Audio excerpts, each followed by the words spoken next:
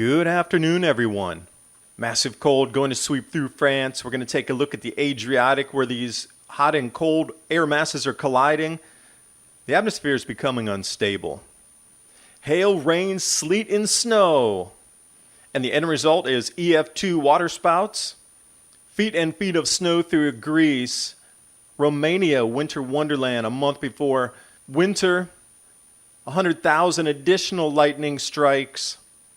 And the snows in Croatia, I thought, where have I seen Ogulin before? They were termed as witches of Klek, but they were the keepers of time.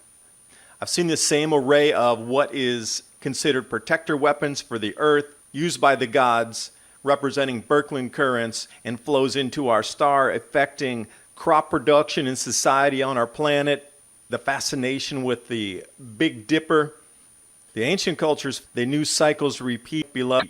And when you have even more ancient cultures across the Adriatic setting themselves up with underground cave systems in large river valleys bordered by two rivers, we should be asking ourselves, what cycles were they following into what cycles on our doorstep again? And if you're interested in what a grand solar minimum is, I put together this reading list on my Amazon store, which is linked below. And not only that, the electric universe reading list, so you can understand more what Birkeland currents are and how our star goes through high activity and low activity and how that dictates our civilization on this planet. I'm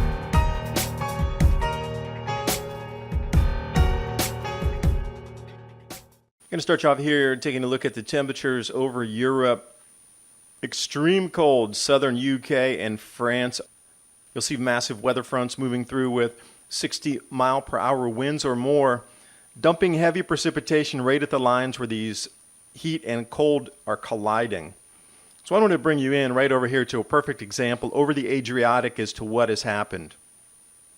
So if you see where Italy is, we're going to focus over across the Adriatic into that deep heat spot in Croatia, where you have a very distinct incredible blue, which is cold, and that incredible heat, which is the red. And they are smashed together with almost no space in between them.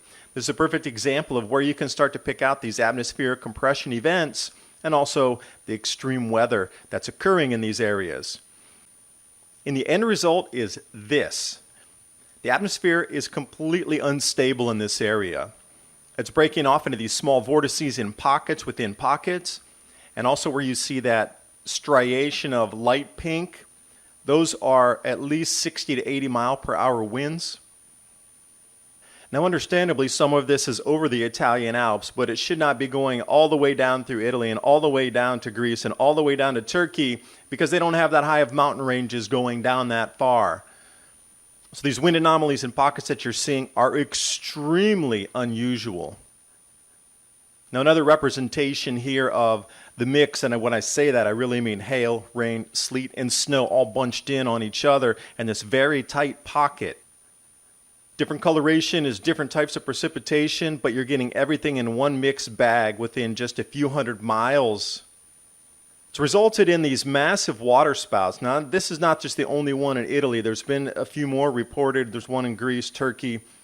But these are the events occurring. This is like an EF2 tornado over water. The intensity of waterspouts, just even in the last year, has really increased. Before they were just wispy ropes coming down, but now the increase over last year. So as we move forward, you can imagine these being like EF5 tornadoes over water by 2023. And as you're looking through some of these weather charts and the anomaly maps for temperature, wherever you see that gradient of below normal temperatures crushing against above normal temperatures, which seems to be the new setup for how the jet streams are moving, you're going to continue to get these lines. This was 200,000 lightning strikes pushing through these exact same areas. Now keep in mind this wind and weather event has been going on for about 3 days, so I want to pull you back in time here a little bit to November 18th, November 19th. This is the amount of snow that has come down in Greece. Now it's at 1,000 meters. That's only 3,000 feet. This is how much snow fell a month before winter. And to give you an indication, this is not at all normal. Roads were stopped, snow equipment not ready to roll out yet because winter's not even for another month. Morning of 17th, 18th, 19th, 20th, and it just kept snowing, and it's continuing as we move forward. Taking a look into Romania during this same exact time here, November 19th, 20th, 21st, looking pretty deep. And I noticed the bench there, and I thought, yeah, I know you want to look at that. So I thought I'll zoom that in. So I know the media is doing the same thing they were doing back when it was summer and they were getting all these record snows and record cold in summer. They were just praying for autumn to come so then they could say, well, it's an early autumn event. Well, now the media is doing the same thing again, just hoping that winter comes so they could say it's an early winter heavy snowstorm, not a mid-autumn record-breaking, all-time ever record snowfall in some of the snowiest countries in Europe. Across the Adriatic over into Croatia.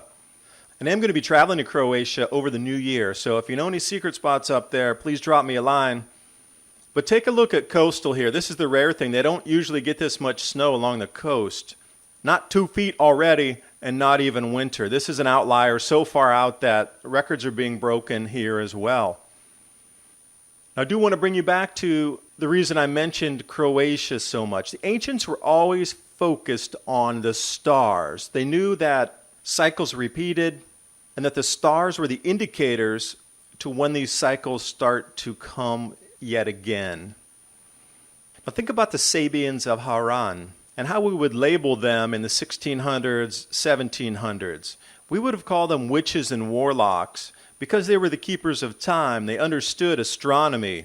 They were the warlocks. The earth was purged of anybody with this type of information by the Catholic Church for over 200 years. They would have had to hide underground, literally, with their teachings, with their symbology, and it would have become a secret type of initiation to even get in to understand this, because if you were an insider and turned them in, they were burned at the stake. They were the true keepers of time. Now you need to keep this in mind as we go past this current civilization, even back 5,000, 6,000 years. We need to go prior to that. So I'm going to bring you over here to Zagreb. This is right on the line where they're getting thunderstorms, yet literally 100 miles or less, they're getting 2 feet of snow down on the Adriatic. Incredible amounts of electrical activity in the atmosphere. And what they were starting to get on the coast just yesterday, the 20th, now through the 21st, they're expecting more snow over the next few days, is this. Heavy snows, unexpected. Ogulin, it's about halfway down to the coast from Zagreb. But I remember this name because this is one of the areas that I wanted to visit in my travels over to Croatia coming up through the end of the year here. They have something very special there. Not only is this area termed and known for the witches of Kalek, but they also have an array of iconography and different ethnographic collection is what they call it. That's what looks like wooden spears on the right. Now I noticed the similarity right away because in my personal research I have been studying what is termed as the protector weapons or the protector spears of Buddha to keep the earth and us as humans in our civilization from going extinct. These are the protectors. So there's 36 of the sticks in the Daoist temples, and if you line them up correctly, it just shows the difference between more highly charged Brooklyn currents to our star and our solar system and more pinched currents that make our sun go into a lower activity state. It's all spelled out in the myths and the religion as to how our star operates and how our civilization ebbs and flows. Well, you're starting to see the same thing right here. Instantly, I noticed this in Ogulin. And you'll even see where some of the zeta pinch and the plasma flows are talked about within their collection as well. So what I was doing was I was lining this up, and you'll start to see the representations of plasma inside the Daoist temples. And I just went through a few more of these, and I'm getting together the full 36 collection so it maps out, and I'm going to create the story with the sticks.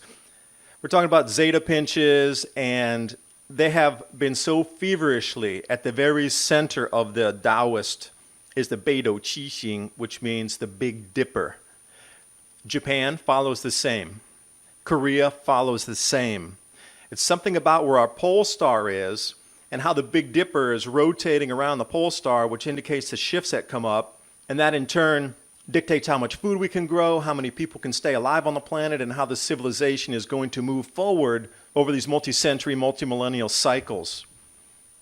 They did call it a contraction as well, an expansion and contraction. Well, that is exactly what we are facing at the moment.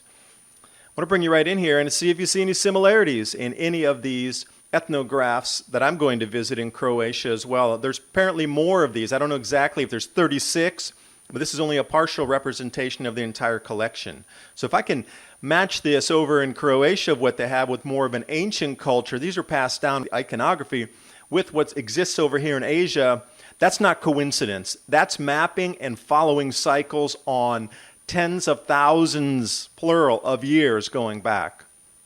And we know back into Babylon and Sumeria, the astrology and the mapping of stars was at the highest apex. That was the center of the center of the center of the civilization, was knowing how the stars moved and how our planet was affected by this. That is no mistake. This is the same information being shared by ancient cultures that was passed down, that survived the last cataclysms that is left for us to try to piece together again, literally. Now, taking a look at the present-day town of Ogulin, you have to think several millennia back, they set themselves up in a fertile valley with 2 rivers. But not only that, underground cave systems directly under the town. Now, in that past, it's been talked about bombardment from space, plasma events, electric geology, and all these underground cities were there for a reason. And when I say cavern system, this thing goes miles under the earth. Perfect way to survive celestial bombardment above on the surface. They're the keepers of time. They've been watching cycles come and go. We're coming to an end of an age right now. We're beginning this cycle into the grand solar minimum. So perhaps we should take heed, or at least study or think about what were they pointing to with the cycles that they were looking at. Something large is at our doorstep. We need to prepare for decreased crop yields across the planet, literally the amount of food that we can produce and grow to feed everybody, all 8 billion people. By 2025, we're not going to have enough. Thanks for watching. Hope you got something out of the video. If you like this type of conversation, commentary, join me for my tri-weekly podcast, Mini Ice Age Conversations, available anywhere on the net that you can find a podcast.